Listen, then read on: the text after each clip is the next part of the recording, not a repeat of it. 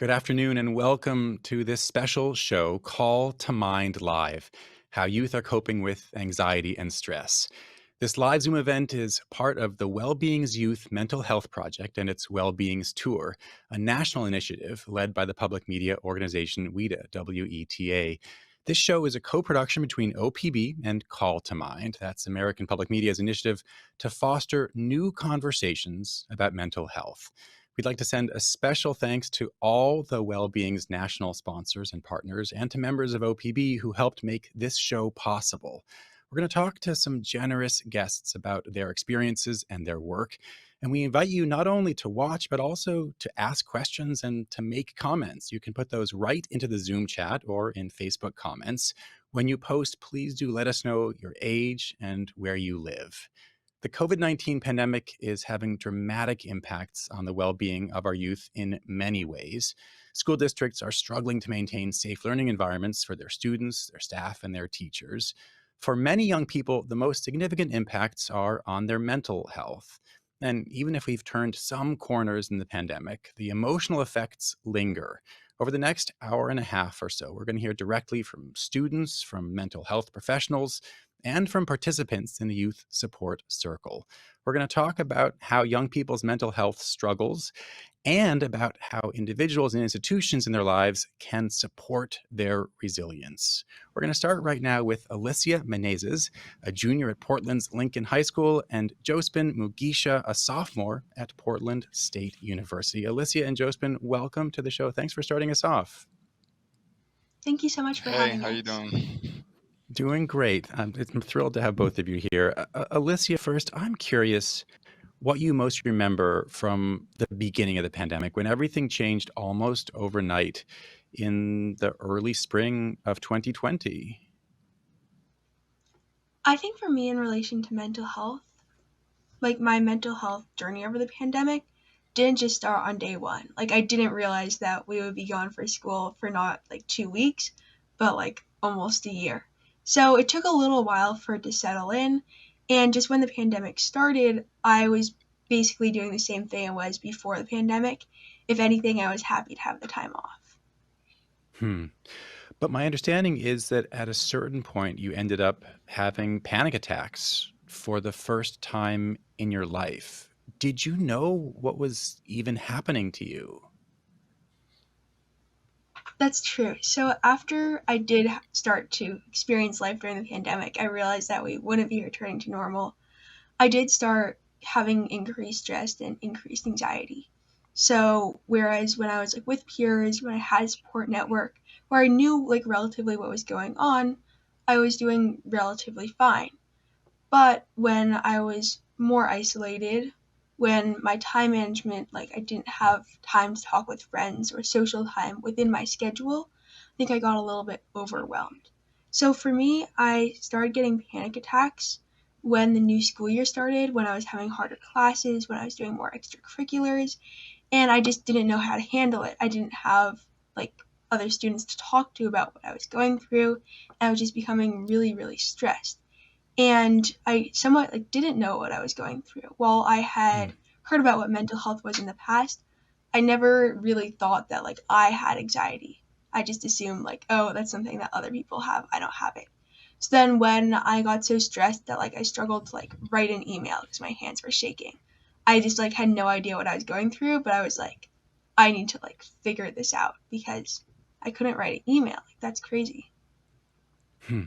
At that point, did you feel like you had anyone you could talk to, anyone you could turn to? I think so. I think I had to make the decision that I was going to be open about what I was going through. And I think that was a somewhat tough decision to make because, like, for a lot of my life, some emotions I tell people about and some emotions I don't tell people about. And that had been working out for me. But then when I realized that I wasn't able to do this alone, and I tried handling what I was going through alone and it wasn't working, I had to, like, somewhat make the conscious decision to reach out to people, which ended up just being my immediate family. How'd that go? I think it overall went well. I am very lucky to have a supportive family. I think towards the beginning, like just like I didn't know what I was going through, I don't think my family knew what I was going through as well. So we were somewhat working through it together. Sometimes it was a little bit frustrating when I was saying one thing, but they weren't quite understanding what I was going through. But I think just being really, really clear about what I was going through helped the most. And obviously, they can't completely understand what I'm going through. I'm a different person, I have a different mind, a different age. But just through really listening to what I was saying, I think that helped me the most. Before you realized that you were dealing with serious anxiety yourself, I mean, how did you think about mental illness? I definitely completely bought into the stigma around mental illness, which is really sad to me now. But so I had like relatively learned off and on about mental health, probably starting in about middle school, so sixth grade. And I learned that some people have anxiety and depression, but I always thought that, like, oh, that's a weakness, that's a choice, like, it might Hmm, impact other people, but I'm gonna be stronger than that. That's not gonna happen to me. And I just hmm, had so many, like, bad ideas with it, which then when I started getting it, firstly, it took me a really, really long time to realize I had anxiety. Like, I remember the first panic attack I ever had was in fifth grade.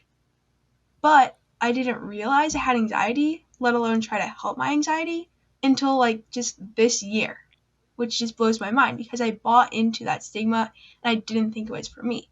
And because I bought into that stigma, I wasn't really paying attention when people and like resources in my life told me how to deal with mental health, when they told me steps to take to help my mental health, because I somewhat assumed that I don't have mental health, that I don't need to worry about that, that I'll be stronger than that, which is clearly hmm, untrue. But yeah. hmm. Josephine, I saw you nodding a little bit as Alicia was telling us the beginning of her story.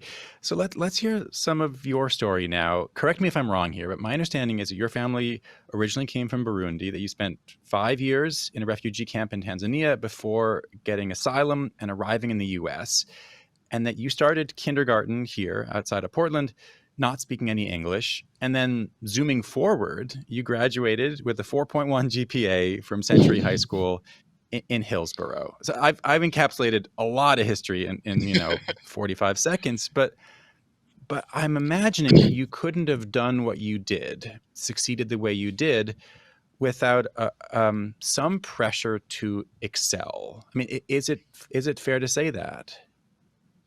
Yeah, yeah, for sure. Especially because like where my family came from, there was definitely like some pressure to succeed from like everybody. We all like felt like, okay, we came from a refugee camp. Like there's like we've been at the bottom. So there from everybody, like we've always had this mindset to just grind, grind and just like work as hard as possible. Especially because like that's what my parents like did when we first got here. They at one point they were both working two jobs, like working 12 hours per day or more. Hmm. And so it like for me, I think part of the reason I struggled with anxiety and managing my stress is because instead of actually like getting the help that I needed, I believed that like, oh, I can just work it off. You know what I mean? Like I just need to keep working, working harder instead of actually addressing how I was feeling and like the emotions that I was going through. Hmm. Even if that work, that drive was one of the reasons was behind the anxiety, there was still some hope that just push even harder and the anxiety will go away. Hmm. So, what happened when that drive ran smack into the pandemic? So basically the main like the main reason I feel like I came to a breaking point was because after high school I played 3 years of varsity basketball. Like I was the team MVP 2 years in a row. Like I was first team all league. Like my plan was to play basketball in college, and due to the pandemic, I didn't have opportunities to do that. And so Hmm. I had to transition from a life where like my life was surrounded around basketball to a life without basketball. And like luckily I did so well academically throughout high school that I was able to get into PSU with a full ride academically with a few scholarships. So I didn't have to stress on that side of school. But it was just like I didn't really know what to do. And then like having all that free time, I felt I was kind of confused almost to where like, okay, what am I supposed to do now? and I had all this time, and like like I think she touched on something that I want to reiterate is like before when I was younger, I had the same symptoms that I do now, but I didn't recognize them because I was always working. I always had a distraction. I always had something else that I could like work at or do, whether that was school or basketball, that I like it just was a distraction. I wasn't able to process my emotions. But because of the pandemic, I didn't have basketball. I didn't have school. I didn't have any friends or anybody else to distract me. Like I was alone with my emotions, and like just having that much like time to like really process everything, made everything just like hit me all at once almost. Where like once I went back into like the normal life, it was just like I had all these emotions that were like bottled up for so long that were like ready to explode almost. Hmm. I mean, it almost sounds like for both of you, the pandemic exacerbated what had been going on in painful ways and difficult ways. But one small benefit was it also forced you to realize what was happening and maybe what had been happening for a long time. So, Josephine, were you then able to get help when you talked about your breaking point when you arrived there? What came next?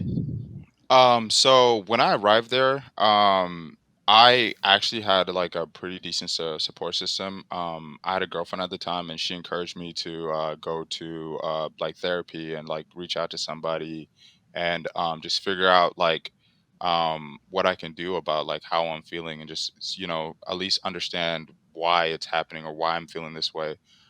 Because like I've never had a problem with talking about what I was going through or my emotions, but I still didn't understand how to deal with them. And Hmm. so I just wanted to talk to somebody. And so I reached out to Kaiser, which is my insurance provider, and I tried to set up a meeting. And I actually called them a month ago, and I got my first like call back this morning at 8:35. So it took almost a month just to get a call. And even then they just today they just gave me a referral to go like talk to or to make an appointment with with a different organization that's affiliated with Kaiser. And so I still have not like reached like somebody that I can actually talk to, and it's like it's been a month. I've like talked to multiple people, and like Hmm. um it was just like really difficult. And then on top of that, like going like there is no resource within like the Kaiser website to actually like there's no mental health dedicated section where you can just schedule an appointment. You have to like it's weird almost where if you search up mental health within Kaiser, it'll just direct you to a phone number, and then you call that phone number. That phone number will take you to the mental health department, and then from there then you schedule an evaluation to see what type of mental health that you need. And so that's what the appointment was for today, but like it was just like really difficult to just like make an appointment, or like I just felt like I needed the help immediately, or to talk to somebody immediately, and I just never was able to. And within that time from like when I made that first appointment to like now, like my life is completely different. Like it's like it Hmm. got to the point where I did have that mental breakdown, where like I was on my way to school and I just ended up like crying multiple days in a row. Like it was just like overwhelming, and I was just like, bro, I really desperately need to talk to somebody. And so like I just feel like when I really wanted, or when I really needed that help, I didn't really have anybody to go to. Even though that resource was Hmm. like there and it was like I knew what to do, I still felt like it was out of reach. Hmm. Yeah, it's the difference between having insurance and having theoretical access to care at some point and having care when you really want it. Alicia, um, from what I understand, you're developing a presentation about mental health for elementary school students right now. What made you want to do that? That's correct. So after I had after I started realizing I had anxiety and I started addressing my own anxiety, I was reflecting on my life and what my fellow speaker has been going through. I realized that I had been experiencing symptoms of having anxiety even before the pandemic. I just didn't realize them. And partially the reason why was because I totally bought into this stigma, which I must have learned early on in life.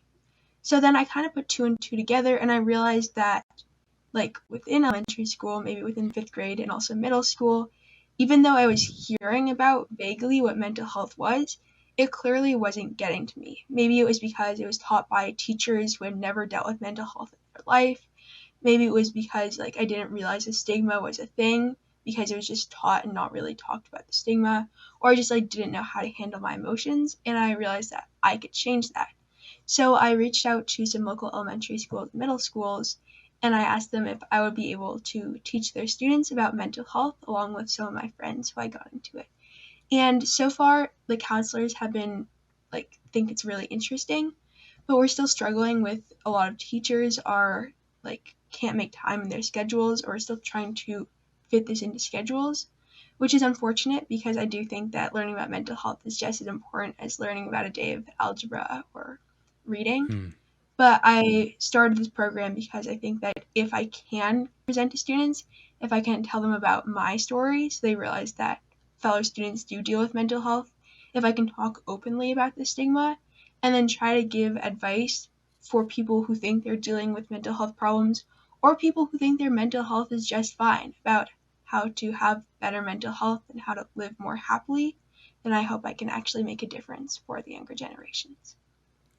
Josephine, what would you tell young students? I mean, if you were going into an elementary school right now, what would you want to focus on?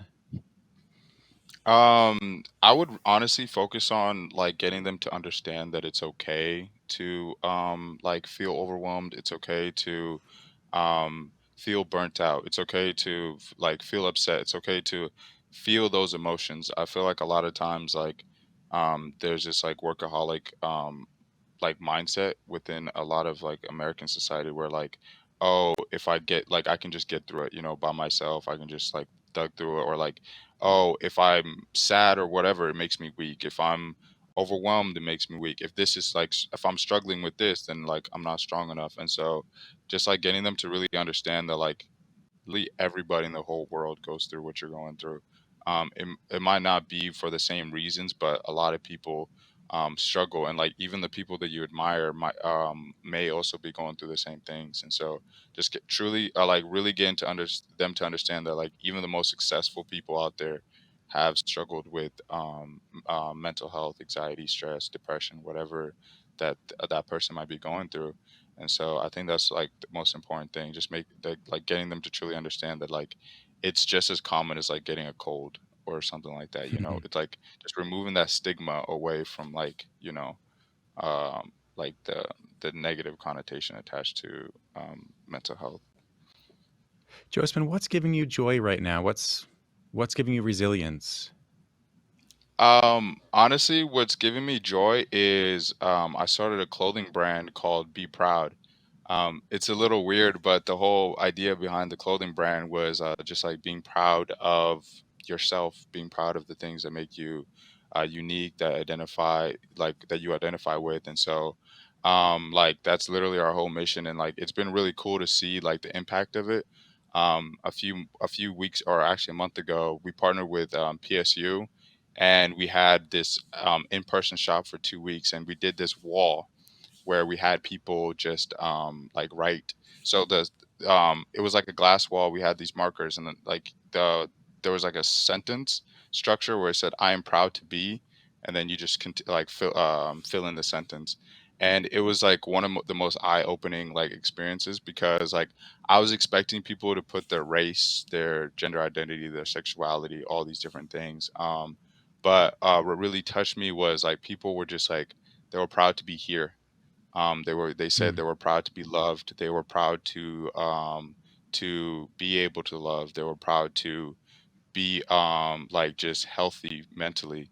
And like I wasn't expecting those answers. Like, and I didn't know that my brand could like mean that to like different people. Like they're just proud to be themselves, proud to like be like I didn't realize it could actually apply to the mental health and stress. And so ever since then, we've been like more active and just like more focused on like advocating for mental health. And that's like part of the reason why I'm here. I just want to like since I'm like the co-founder, I wanted to like show people that that we're behind mental health and stuff like that.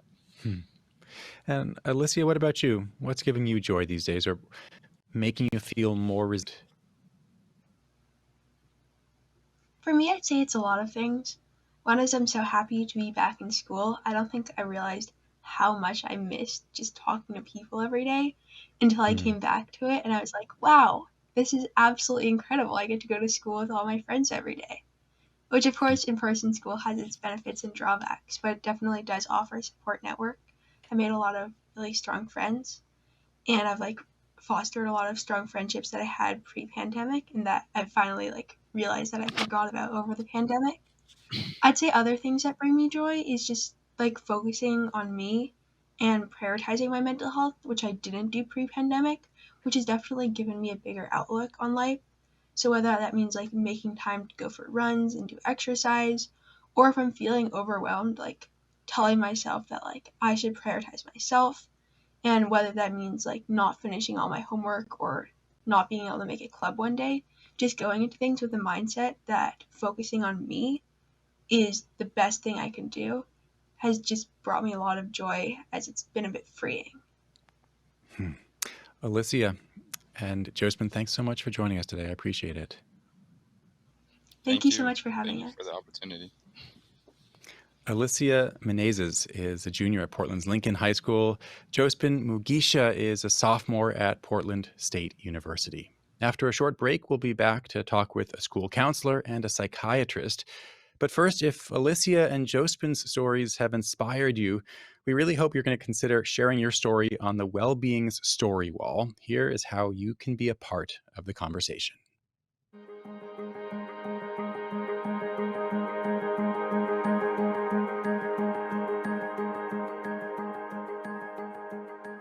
The We Are Wellbeing's Story Wall is a central part of the wellbeings.org website, social media platform, and the Wellbeings National Tour. We are asking the public of all ages to submit personal reflections, videos, photos, and short stories to offer hope, to foster understanding, to build community, and break down stigma. What does being well mean to you? What is the one thing you wish people knew about mental health? What is your passion? What's your story? Video can easily be submitted via social media using the hashtag #wellbeings or emailed to info@wellbeings.org. Stories can also be submitted by uploading to Dropbox and live at Wellbeing's Tour events. The We Are Wellbeing Story Wall is made possible through generous support provided by Wellbeing's Youth Mental Health Project founding corporate sponsor Otska and Wellbeing's media partner People.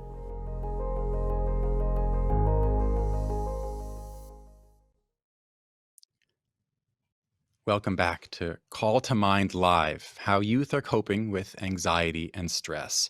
Here's a quick reminder for everybody. We'd love to hear your comments, your questions, and your stories. You can add them to the Zoom chat or in Facebook comments. We just heard from two young people, one 16 and one 19, about the stress and the anxiety they are facing and how they're dealing with it. We wanted to get another view of students and stress and the adults who are helping them. Catherine Ilian is one of two counselors at Cascade High School in Turner, Oregon, near Salem. She tries to provide a safe space for students and has just wrapped up a program to help kids deal specifically with social anxiety. Craig Usher is a professor of psychiatry at Oregon Health and Science University, OHSU, with a special focus on child and adolescent psychiatry. Catherine Ilian and Craig Usher, thanks very much for joining us today. Thank you. It's an honor to be here. Catherine, first, I'm curious just what stood out to you in what you just heard from two young people. You spend your days with a lot of young people. What did you hear in their stories? Well, unfortunately, I had a bit of a tech snafu, but what I did catch was what they're doing to fill their cup, and just hearing from them and Jospin's story wall, the glass wall of I'm proud to be here. That was really deep to hear that. Um, proud to be here, proud to be alive, rather than a race or spirituality or ethnicity. People are just proud to be here, and I thought that was really powerful during this time. Craig and Stacy on Zoom wrote, "My daughter goes from okay to overwhelmed instantly. She can't even talk about it, but has to leave the room when she is stressed." I'm curious how all this tracks with what you've been seeing in your patients or hearing from your colleagues. That's really consistent, I think, over the pandemic. I think one of the things that I learned from Jospin and Alicia is that, youth who are struggling right now with, going from 0 to 60 in terms of, feeling calm to anxious and overwhelmed, unable to speak about their problems. Anyone who is dealing with that is very much not alone during this pandemic. Rates of anxiety and depression for youth in a study that came out in August in JAMA Pediatrics showed that those rates have doubled. And that was with over 80,000 youth polled in 29 different studies. So if this young person is suffering this, she's very much not alone. That's such a striking place to start. It reminded me of one of the other comments that we saw on Zoom. Christine wrote this. Well, she wrote that what would help her now is to know that the experience she's having with her children is normal. I think she too is talking about not feeling alone, that feeling like hers is not the only family going through something. But it also makes me wonder what any of us mean now when we talk about being normal. I mean, what does it mean to be normal? I don't know. That's funny. That's something that comes up in sessions a lot. Like, well, let's define what is a disorder versus what is normal. Well, how would we even define that, given that this is sort of a variation on a way of being? This is a variation on a way of living. I think that's what made, going back to what Alicia was saying, was if only she had known, perhaps if she had had someone, who came from Lincoln High School and came to her elementary school and said, this is actually a thing that can happen to you. And it's normal. It doesn't feel good, but you can live through the experience. And these are the symptoms. I was just thinking about how powerful that intervention would be. But I think we're all right to wonder about that dividing line. Well, Catherine, let's get to some specifics. Amanda from Portland says on Zoom, as a principal, we are seeing big behaviors at school. I'm curious, and we can all, imagine what the big behaviors are. We've seen reports of serious fights and really, serious behavioral disturbances in classes or in bathrooms over the last half year or so. What are you seeing at your school? Well, we at Cascade, we were one of the few schools to come back, not hybrid. We did a hybrid model last year, but then toward the end of the year, we did have all the students back for half or shortened days. And for that month, we were all prepared for a bunch of disciplinary things to happen. And now looking back on it, it was this magical golden month and a half where we did all the sports, all the activities, all the things for seniors. We held graduation. We did 3 of those. And it was really awesome. And then press play on this year. And yeah, we're seeing it. We're seeing a lot of disciplinary issues, as well as that stress, and really disciplinary issues are linked with stress. Like sometimes anxiety and depression is seen as anger, and is seen as defiance. And so I really think that it's a huge possibility that they're very connected.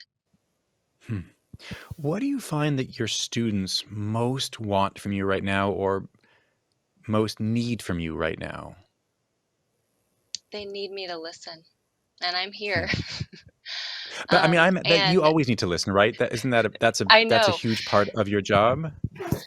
Yes, it is. It is. But they, I have a lot of teens that that need reassurance, that need a reminder of boundaries and self-care. But I have a lot of kids that just come in and just, I mean, it feels like a whole 2 years worth of things that they need to tell me. And I Mm. really feel that. And I've gone through so many tissue boxes. But yeah, it's, they want to help everyone. They forget to help themselves. And yeah, I'm seeing a lot of emotions, which is really good. I missed it last year, but yeah. Do you find that they know how to ask you for what they need? I ask this because, from what we heard earlier, I got the sense from Alicia and from Jospin that it took them a little while to realize what they were going through because of the stigma they talked about, and because of their lack of awareness, the lack of societal awareness to a great extent about mental health issues. Do your students know even the questions to ask you to get the help that you know they need? That is a wonderful question. I would say that there's a good amount of kids that do know, but there's also going to be another population that isn't sure how.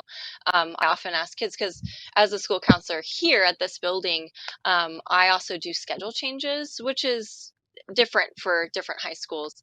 But so I do get a chance to see every kid on my caseload in one way or another. And sometimes I tell them, do you know who I am? Do you know what I can do for you? And I talk about everything that I can do, and they're like, what? I had no idea. So I am aware Hmm. that not all of them are aware of those things.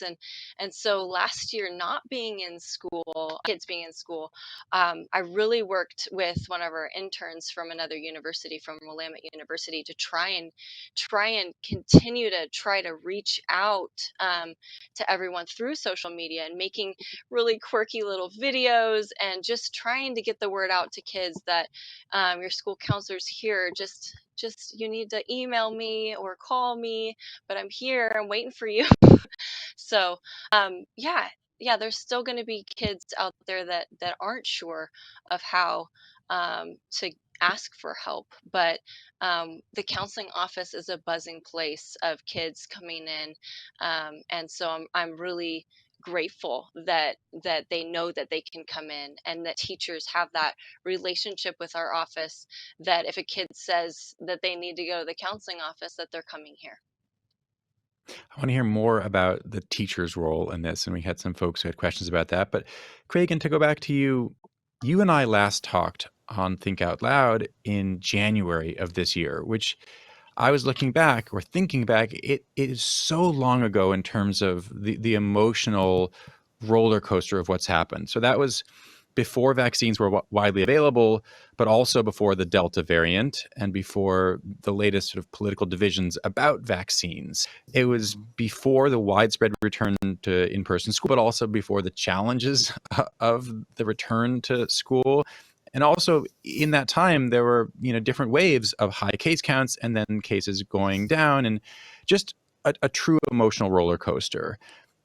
Just a lot of uncertainty. I'm curious what that uncertainty specifically does, how it affects young people in particular. I think it's led us all, and I want to include adults here because I think we are perhaps suffering in the same way, and alongside youth. We don't have all the answers. We're living in a state of hypervigilance where danger seems to lurk just around the corner. Alicia talked about this. It was 2 weeks to flatten the curve. And then it was, well, the rest of the school year is out. And so, like you say, there's the expected relief has just been right around the corner. And the expectation of danger has also lurked. And I'm seeing increasing, youth online thinking more and more, what's the next thing? When is the other shoe going to drop? And it's causing us all a lot of anxiety, but especially the young people that I'm working with. And it's worth mentioning now. I mean, if we're talking about the next thing, that we're not just talking about the pandemic for young people or for anybody, but to focus on young people. I mean, obviously, They have school issues, family issues, racial justice, protests, and uprising, and climate change, and even huge, meaningful, scary questions about the resilience of our actual society and democracy. So it's everything together. Absolutely, absolutely. And it's so hard to know. I mean, we as adults, we don't have a space for thinking about, well, how would I promote resilience under these conditions? We're asking ourselves these very questions. So we don't have a lot of ready-made answers. And I think when Catherine said, well, what do I do? I first listen. I mean, we're at that level right now where we really need to listen for those signals and to hear someone's anxiety out before we answer. I think some of our pat answers from pre-pandemic times. Lynn in Portland on Zoom. So after the listening, you both emphasized the listening, but her question is about talking. She'd like to know about language or specific words that could help to get a young person to open up and to talk about their feelings. Catherine, could you take a stab at this first? I mean, what have you learned about effective ways to get maybe a reticent or a shy or a scared or an angry young person to open up? Well, one thing that I get a lot with kids that are new to my office is, I don't know, I don't know, and kind of that apathy piece. And so I've found that asking, and actually I talked about this in my or we talked about it in my grad program. Okay, well, what if you did know? If you did know, no pressure here, no pressure to get it wrong. And actually, it's surprising how often that works. Or just trying a bunch of icebreakers. I talked about my tapestry on the wall here. There's all sorts of vessels of transportation. There's like Led Zeppelins on there, and there's dragons, and there's all these animals. And sometimes they'll say, okay, well, I see you looking at that map. If you could be on one of those on those ships going somewhere, which ship would it be and why? And it opens up a huge conversation, because especially in high school and trying to find who we are, and Eric Erickson's stages of development, this stage of high school that I deal with is or identity versus role confusion, and I see that time and time again. And so I talk about the journey of high school and the journey of life, and it all relates to this map here. And so that really does open up a lot of really good conversations with kids. Craig, what about younger kids, well before high school, because they too are having issues right now? Kids, I don't know, 5, 6, 10, 11, who may have less access to language skills and less access to emotional regulation or emotional intelligence. I think one of my favorite techniques is to draw with kids and to really, draw a squiggle game. I draw a squiggle and you turn it into something. And often it becomes a creature or, a vessel. And I wonder, well, what are the people on this boat thinking right now? And I draw a thought bubble. And I really introduce a lot of play, because the language of childhood in terms of our emotional lives is expressed through play. It's expressed through drawing. It's expressed through singing. So I think, again, what we wish to do is to sit alongside our kids, ask them a little bit about, well, how is it that you see the world? And if we can't talk about it, could we draw this out? And so I think also I want to say for parents, one technique is to really sit on your hands and truly play. Set a timer for 15 minutes without criticism, without a command. See if you can just play and immerse yourself in the world of a child for that much time. What comes from that? What comes from truly playing and being with their kid in that way? I think a lot of times it's a lot of surprises, a lot of depth. Sometimes kids will play out themes maybe of something that they're stressed about occurring at school. And so a parent can watch it unfold almost like like a movie or a TV show.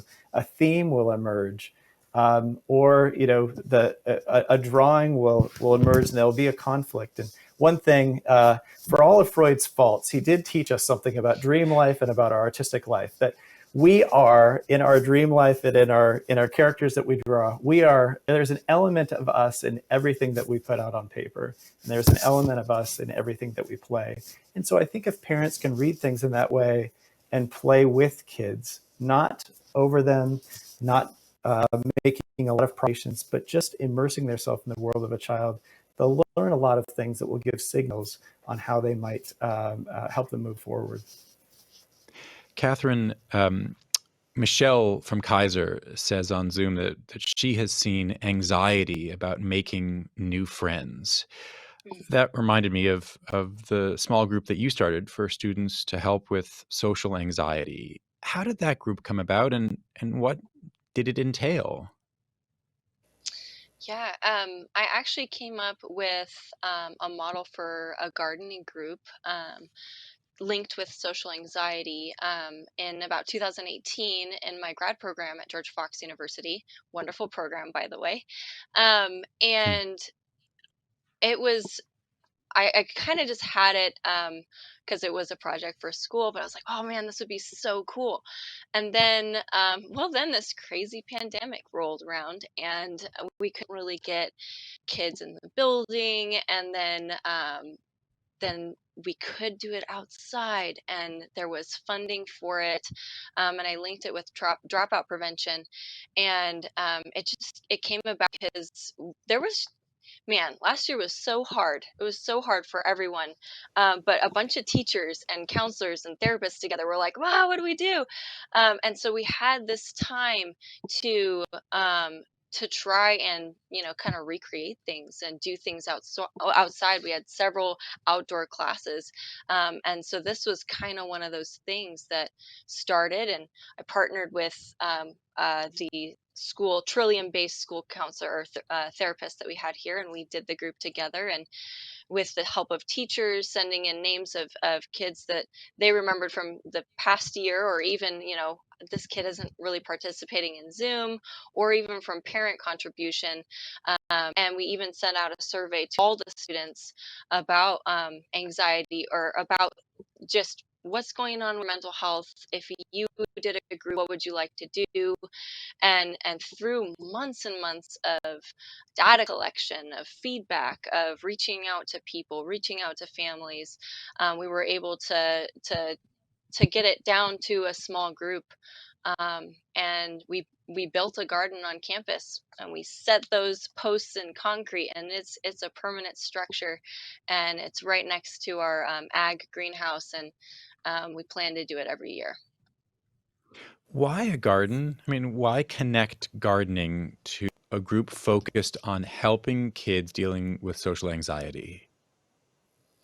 Yeah, so working with your hands, getting dirty, getting that soil, there's just endless lessons that learn from the earth, and patience and failure, and working with people, working alone, responsibilities. There's just so many different lessons that you can learn in gardening. And so I enjoy gardening, and I enjoy the outdoors. I'm also the director of outdoor school for our district.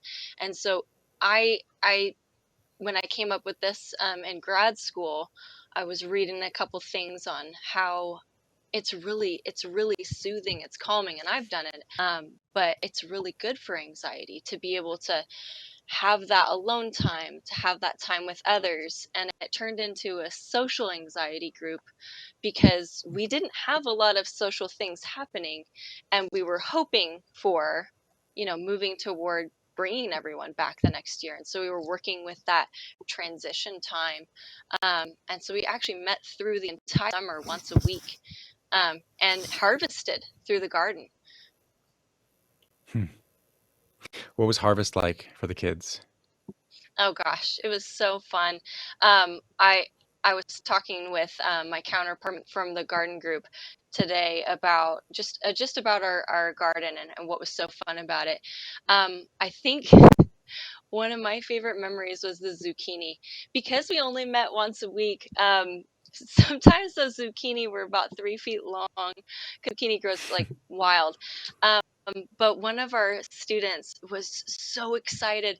They said that they had to put the zucchini in the passenger seat and put the seatbelt on it because it was so heavy that the car kept dinging. But really hearing the following week from students of the looks on their parents or their families' faces or their friends' faces when they brought them sunflowers, or when they brought them home a huge bag of tomatoes or green beans, and just what joy they were bringing to people that they cared about.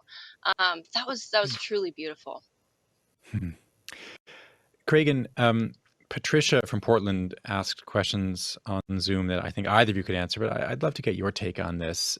She wants to know, how can we, as members of the community, support the great work that all of you are doing at this time? And we got a similar question from Kelsey, who wrote, how can coalitions or community partners support schools? But I guess I wanted to ask you, because I was curious about broadening this. I mean, what do you see? Both of you are mental health professionals. This is your job. But these questions get to something sort of more interesting, which is, what is the community's role now in young people? That's a great question, and I think I have never had a better recreational soccer season than the one that I had this year. I've been a volunteer recreational soccer coach for about 6 years, and I don't think that that the season has ever meant so much to me, nor to the boys that I work with. And I think relishing every opportunity you have to build that sense of community, to build that sense of trust, to build that sense of affiliation. I mean, these are, research shows at the school level, these are anti-suicidal measures. These actually help prevent suicide. A sense of belonging and respect from adults. So I would invite people in the community. Again, I hope there are policy changes. I hope that no one has to go through what Jocelyn has gone through, but I know thousands of youth and families are right now, which is calls, dead end calls, or endless, bridges that seemingly go nowhere to mental health. And so I'm certainly hoping that we can improve that at a policy level and hold our care organizations accountable and our insurers. But at the community level, I also think looking for any opportunity you have to create space for youth to have that sense of affiliation is just so vital. Cragen and Catherine, thanks so much. Thank you so much. This is so awesome. Catherine Ilian is a counselor at Cascade High School. Cragen Usher is a professor of psychiatry at OHSU. When we come back, we're going to talk with a high school freshman who has been a part of a student support circle run by the Native Wellness Institute. We'll also hear from one of that group's facilitators. That'll be the last discussion in this evening's show. But first, we're going to shift gears a bit to give you a sneak preview of a new documentary on mental illness. Ken Burns is its executive producer. It's called Hiding in Plain Sight, and it's coming to PBS next year. It looks at the experiences of young people living with mental health conditions, as well as the experiences of the people in their lives. When you're a teenager, you're at a certain stage in your life where you're kind of like a beginner. It's kind of like a first try at everything in life. And when something abrupt, like someone dying from suicide, happens, it hits like a wrecking ball. Everyone is different. Very different.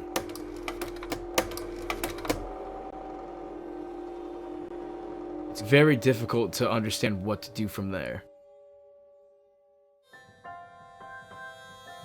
I never really got a chance to explore my identity until I moved here.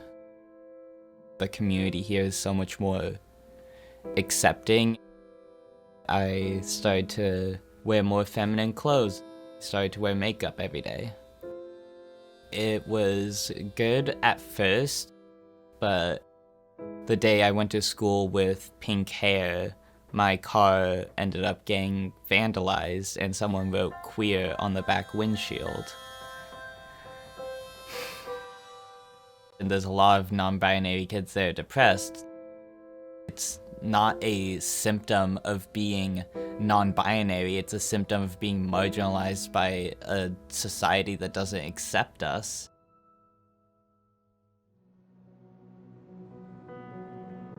I think everyone thinks, not my kid. This won't happen to my kid. The first time they ever found out, they found empty pill bottles in my bag. I think they just hoped that I was just testing things out. They grounded me, and they took my phone away. It didn't do anything. It didn't matter how many consequences I got, nothing was enough to stop me from taking what I wanted.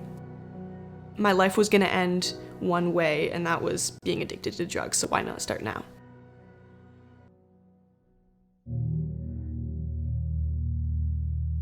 I was sort of eating for comfort, and then I would get upset at how much I ate, feel ashamed, and I would have to find a way to get rid of it, and I would just exercise to burn off that same amount of calories. I would wake up in the middle of the night while my roommate was sleeping, and I would start working out.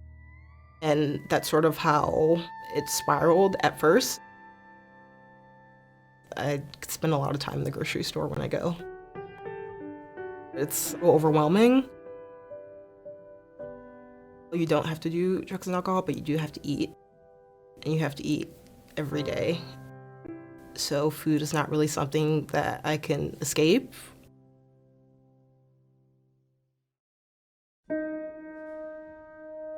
I think it's so hard to find an Indigenous person that hasn't dealt with mental illness or some sort of abuse. That's in me, that's within my DNA and myself, and that's something that I have to deal with. Why I wasn't taught my language was because it was literally beaten out of my great-grandparents. The things my ancestors went through, it's shown through alcohol abuse, addictions, non-stable families, toxic relationships. That's the burden that Indigenous youth deal with. Every day. You're just born into it. Birthright. So not only is trauma embedded in my DNA, but so is resilience. So I know for a fact that my ancestors and my elders, they're rooting for me and they want me to do good. I'll share my story over and over again. I'll go through, those emotions like a million times if it helps one person. In some ways it heals that little scar. It takes away from it.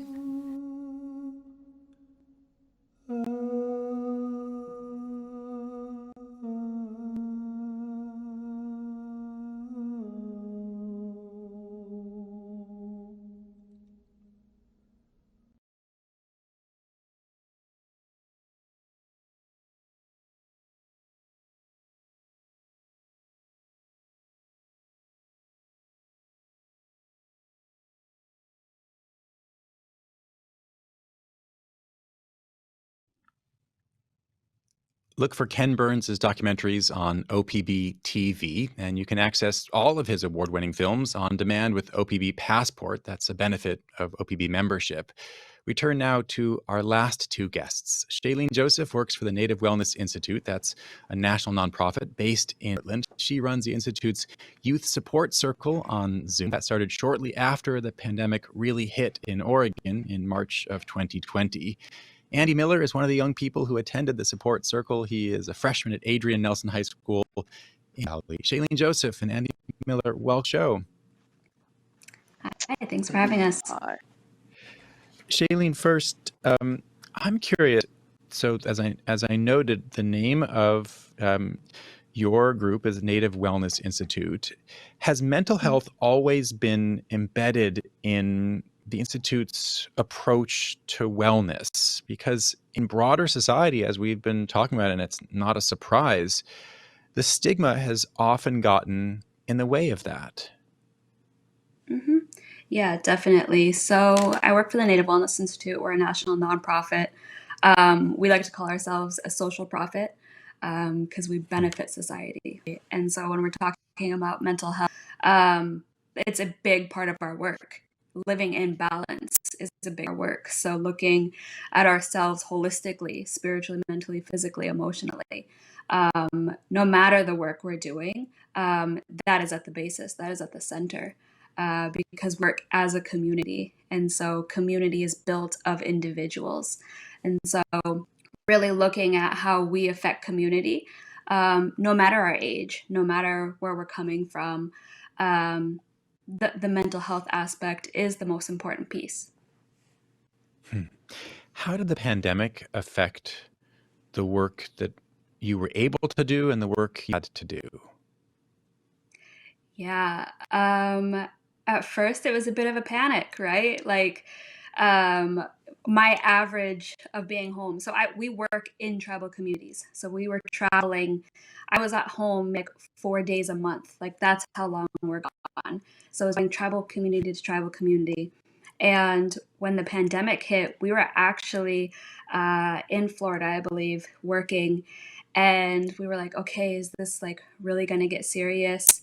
And our like, oh crap moment was like the NBA shut down. And we were like, this is going to be something bigger than, we expected. So we flew home unsure of what work was going to look like, right? Because traveling wasn't really something that was going to be safe. So we came together, all of us facilitators and the people that work with the Native Wellness Institute, and said, okay, like we're going to go online.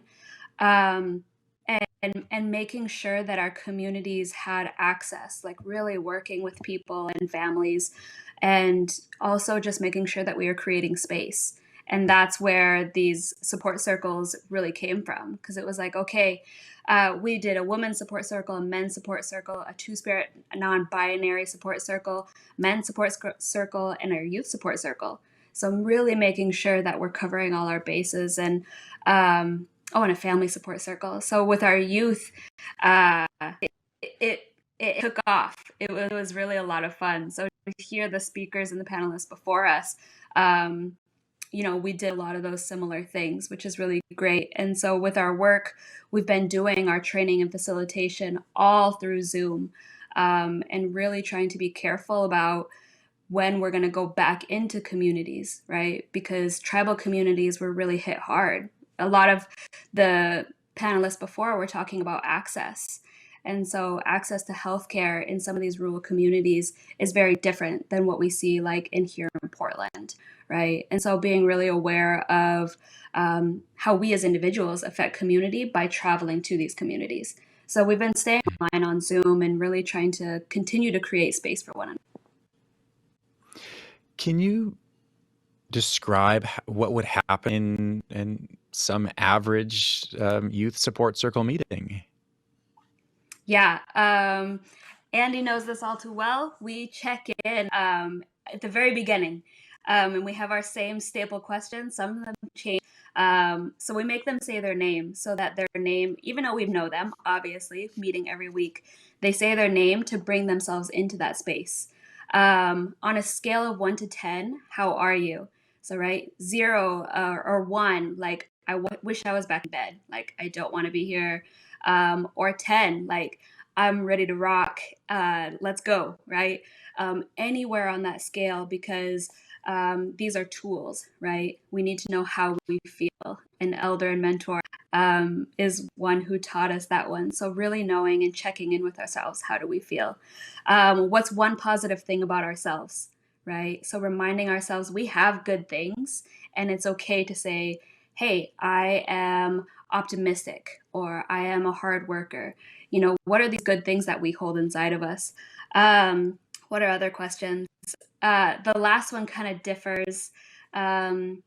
right? Sometimes where it's, if there is a superpower you could have, what would it and why? Or sometimes it changes to what is your superpower, right? And why? And so really kind of looking inside, and right after that, we hop right into games. And my co-facilitator, who's also one of my best friends, we don't ask our youth to do anything we're not willing to do.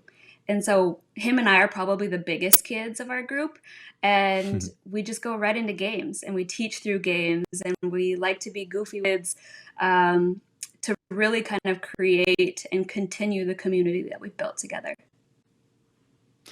Andy, if you don't want to do this, no problem. But since Shailene would always start meetings on the 1 to 10 scale, how are you doing right now on that scale? Yeah, um, I'm a little nervous being on here.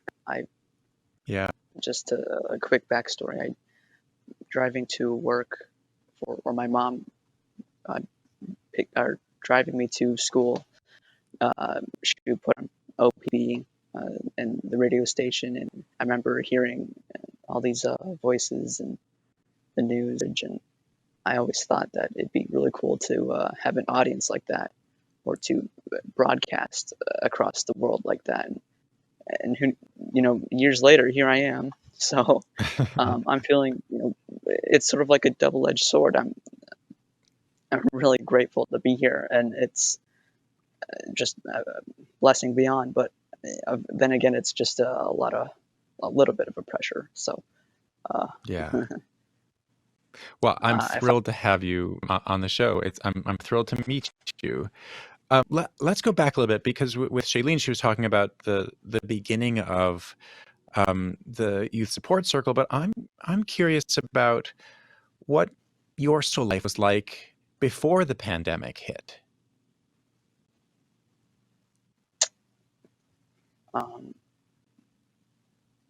Well, like most kids, I didn't really have a direction in my life. Kind of just was going along the ride with everyone else, and then when the pandemic came along, I started looking at myself and became a little self-conscious, and realized that I didn't have much of an aim. I didn't have direction or a vision for myself, and so I started getting into sort of science stuff, and I never had been in my entire life. And, over time, I just sort of I was getting into biology specifically, and I over time I got these little goals, and it's been, and then of course the youth support circle came along, and that was just, I don't know what the word would be, but it really kept my life stable, I guess. Well, that's a big way to put it. Adding stability to your life. What do you think you got from it? Well, I didn't talk to anyone besides my own family, and I saw the same walls every day, and it was just getting really repetitive, and having the support circles, it was, I don't know, it was a little refreshing to see new faces and to connect with other people. Another thing is,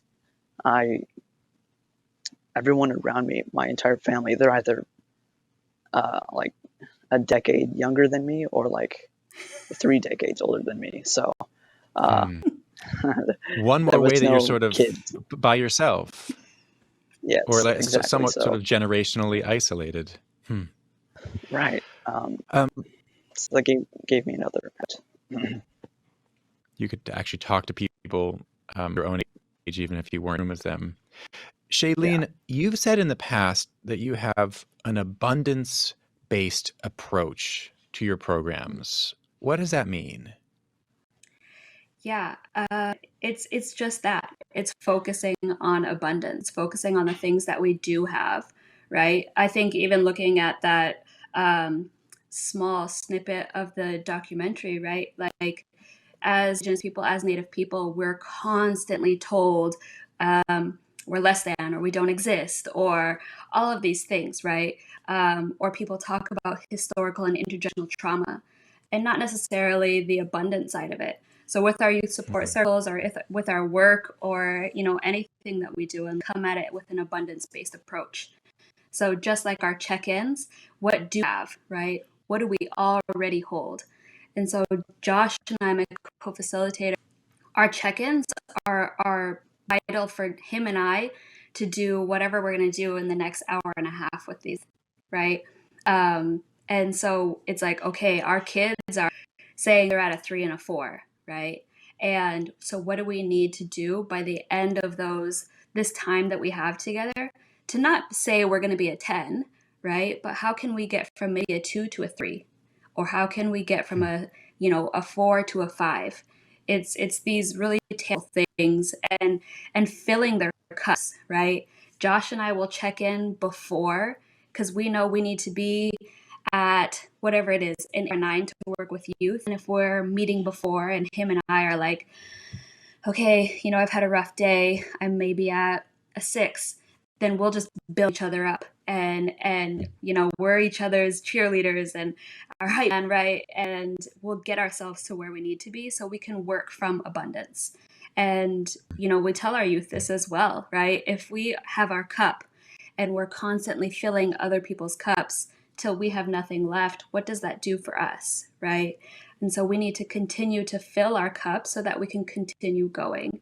And what are those things? And so with our support circles, we let our youth pick. We let them pick what we want to do, and we'll really work. We were doing deliveries like madness and finding the funding to do. And our kids always wanted to cook.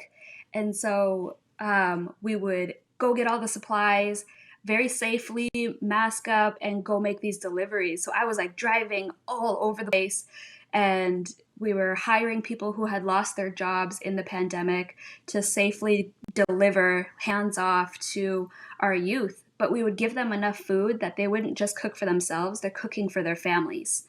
And so really coming from abundance, that we also, we're giving them a lot of responsibility depending on what we're cooking. But they get to be a part, right? And cook for their family, right? They are the provider for the day or for the night. And it was just a really time to not just only focus on our youth, but what is our part within our community, whether it's just like in our homes, and really looking at that from not a deficit, right? Because this pandemic is hard, is hard. And what are the good things that are coming of it? We are able to spend time with our families. We are able to kind of see the things that I'm ignoring. And so really trying to give focus to the abundance and just the things that are negative. Andy, let's close with the same question that I asked our first young people at the beginning. I'm curious, what's giving you joy these days? What's filling your cup or making you feel resilient? Well, I think what's really helping is finding a sense of meaning in life, and going beyond, like, sort of a self-sustaining system that will work on your, and that can be whatever fits your needs, or whatever desires, whatever fires in you that you pursue. And I know that's sort of not really what kids should be thinking about, maybe like as like college students, but I still think it's something to I don't know, think about a lot. And exactly what happened during pandemic is that's all I had. All that time was just me thinking about just sort of the meaning of life. It got kind of dark at some parts, but once I started finding those like little meaningful, I don't know what you call it, like gestures towards the world. Like, it could be anything. It could be just going on a walk and seeing nature, like Shailene said, making and that was or picking garden and from the garden, and those little tiny things, they're like little steps that they can really go far. And another thing is just imagine if every kid who was lost, or if they don't know what they're doing in life, or they need help or something. Imagine how the world could be if every single the kids of the next generation, they are our future. So investing in them is one of the best things you can do. And imagine if our future had a vision and had a direction, maybe solving climate change, maybe finding a cure for cancer, I don't know. And thinking outside the box, if all kids could do that, and the kids are our future, so it can really, really go far.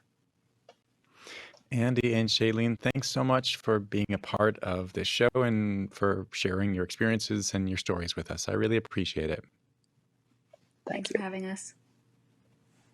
Shailene Joseph is a facilitator for the Native Wellness Institute's Youth Support Circle. Andy Miller is a freshman right now at Adrian Nelson High School in Happy Valley and a member of that circle. Thanks to all of our guests today, to you, our audience, to our listeners, to producer Allison Frost, and to OPB members.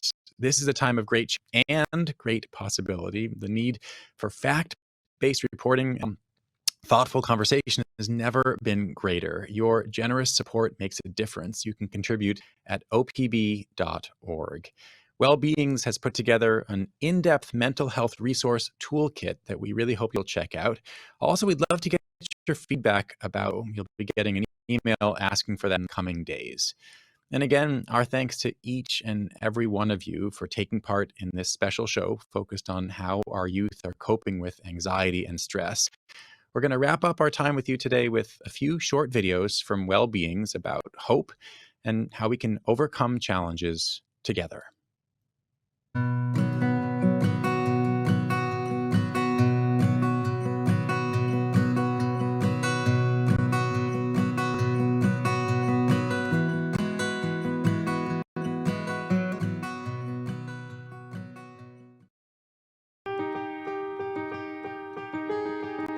It's time to change the conversation about mental health.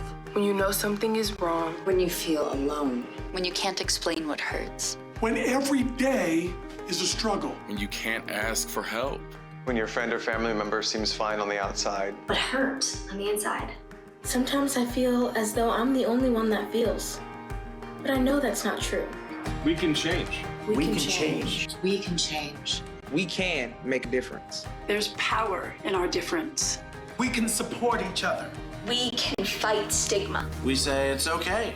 It's okay. It's okay to have a mental health condition. We all want to feel heard. To find hope. And to live in a world without stigma. Without discrimination. And we are a force to be reckoned with. I am not what happened to me. I am how I overcame it. Stand with us. In discrimination in mental health. You can see the person, not the condition. You can build understanding. You can play your part. The conversation changes with me. With me. With me. We are well-beings. We are all well-beings.